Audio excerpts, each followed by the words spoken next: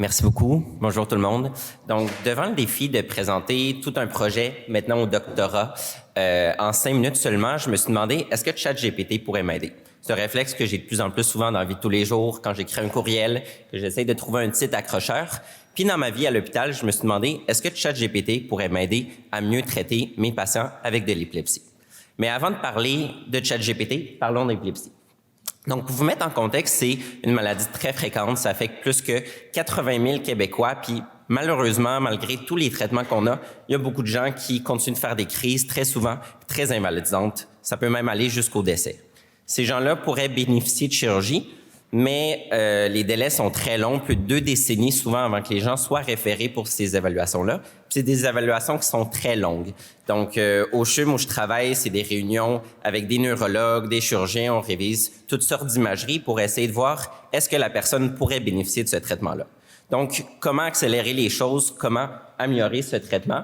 La solution, ça pourrait être les modèles de langage. Donc, les modèles de langage comme ChatGPT, ce qui est intéressant, c'est que ça prend toutes sortes de données textuelles dans des formats variés, des rapports d'imagerie, des notes de médecins quand elles sont suffisamment lisibles. Puis ensuite, ça les met dans un format structuré qu'on peut analyser, puis ensuite faire de l'inférence à partir de ça.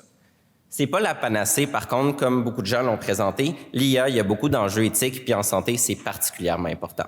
Donc, ChatGPT semble pas avoir lu le code de déontologie des médecins. Quand il sait pas une réponse, il l'invente, il est pas gêné.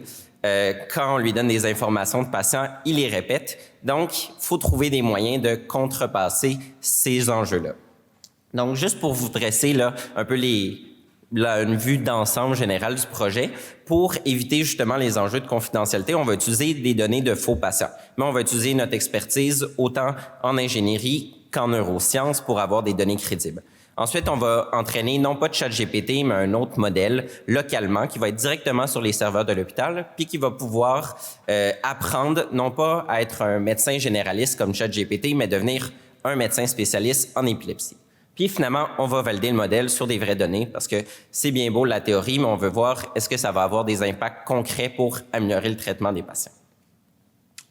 Donc, le projet vient tout juste de commencer. On a une étudiante très talentueux qui est dans la salle, qui est venue travailler là-dessus avec moi, Antoine Magron. Mais quand même, je peux vous laisser entrevoir le futur. Donc, ça, c'est... on a testé les performances de ChatGPT sur des questionnaires en épilepsie. À gauche, on voit l'ancien modèle là, qui était là durant l'été dernier, GPT 3.5, qui performait pas très bien, mais en fait, quand on lui demande, dans 80% du temps, il était convaincu d'avoir la réponse. Au milieu, on a la version 4, qui est celle qui est présente en ce moment, qui a des meilleures performances, puis juste en lui donnant quelques instructions un peu plus précises, en lui disant « prends ton temps avant de répondre, prends la peine de bien réfléchir, d'évaluer toutes les options », ben on a une performance qui est comparable aux apprenants en neurologie puis aux neurologues qui ont fait le même questionnaire. Fait que c'est déjà très encourageant.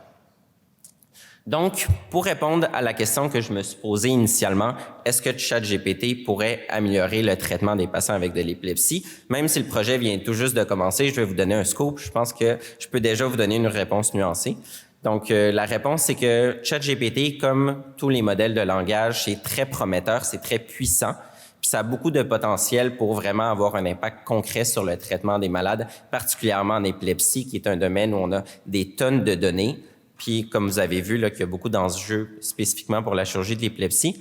Par contre, pour bien utiliser ces modèles-là, il faut être conscient de leurs limites. Il y a beaucoup de pièges dans lesquels on peut tomber. Puis donc, il faut faire attention pour pas se faire avoir par des modèles qui ont l'air trop confiants, mais qui sont en fait erronés.